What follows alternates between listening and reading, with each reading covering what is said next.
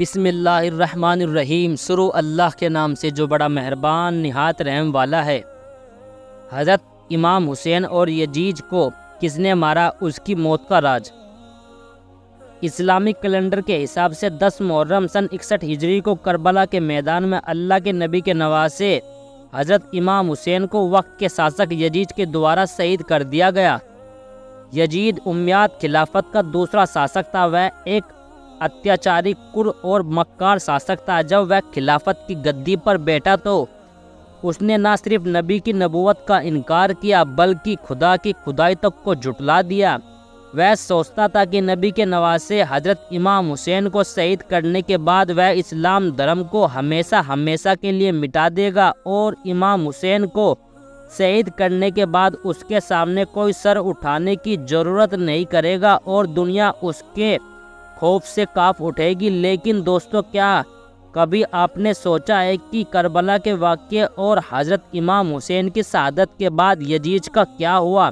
کیسے کربلا کے واقعے کے ماتر 3 سال 7 مہینے بعد یزید نام صرف ہمیشہ کے لیے مٹ گیا بلکہ اس کی حکومت کا بھی خاتمہ ہو گیا؟ میرے پیارے عزیز دوستو، آج کی اس ویڈیو میں ہم آپ کو یزید کی مرتیو کے بارے میں بتائیں گے کہ اس کا انت کیسے ہوا تھا اور اسے کس نے مارا تھا۔ اس لیے ویڈیو کو بالکل بھی اسکپ نہیں کرنا ہے اور ویڈیو کو بالکل لاسٹ تک دیکھنا ہے۔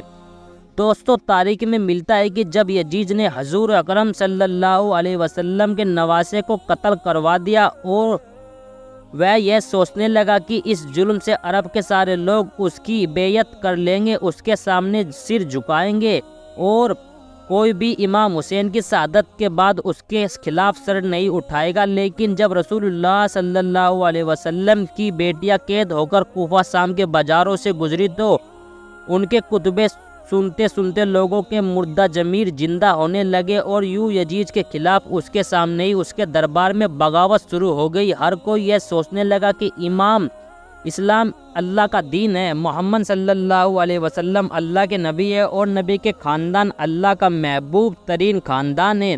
جس نے نبی کے گھر والوں پر ظلم کیا اسے بادشاہ کہنا سب سے بڑا گناہ ہوگا، اور اس لیے مدینے والوں نے یزید کی باتوں سے انکار کر دیا۔ یہ دیکھ کر یزید نے مدینے پر حملہ کیا۔ تاریخ میں ملتا ہے یزید نے 3 دن تک مدینے میں لوٹ پاٹ مچائی۔ اس نے مسجد نبی میں اپنے لشکر کے گھوڑوں کو باندھ کر رکھا اور صحابہ رسول کی اولادوں کے ساتھ بدسلوکی کرتا رہا، اور اسی وجہ سے مکہ سے بھی یزید کے خلاف بغاوت بڑھنے لگی۔ اس کے بعد یزید نے خانہ کعبہ پر حملہ کیا اور خانہ کعبہ میں آگ لگا دی۔ تاریخ میں اس واقعے کو واقعہ ہیرا کے نام سے آج بھی یاد کیا جاتا ہے۔ ہر کوئی یزید پر لعنت کرتا رہا، لیکن یزید کسی کو بھی اپنے خلاف دیکھتا تو اس کا سر قلم کروا دیتا۔ لیکن وہ کہتا تھا نہ کہ اللہ کی عدالت انصاف کرتی ہے، اور اللہ کا عذاب یزید کا انتظار کر رہا تھا۔ میرے پیارے دوستوں، کہتے ہیں اس کے بعد یزید کو ایک لا علاج بیماری میں مبتلا ہو گیا۔ اس کی آنتیں جلنے لگی۔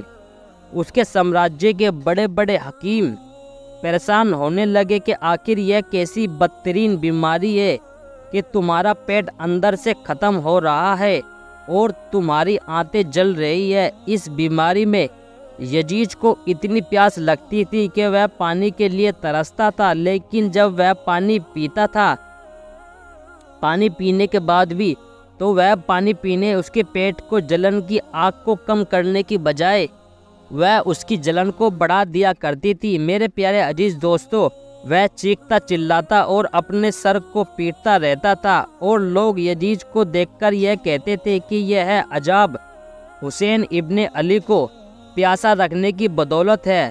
تو وہ وقت کا بادشاہ ہونے کے باوجود بھی پانی کی ایک ایک بوند کے لیے ترس رہا تھا۔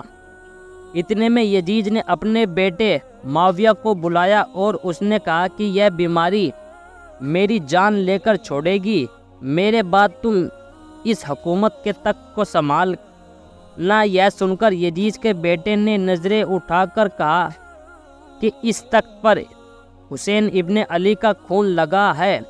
کیا آپ یہ چاہتے ہیں کہ جیسے زمانہ آپ پر لعنت کرتا ہے اسی طرح مجھ پر بھی لعنت ہو؟ یہ تخت اور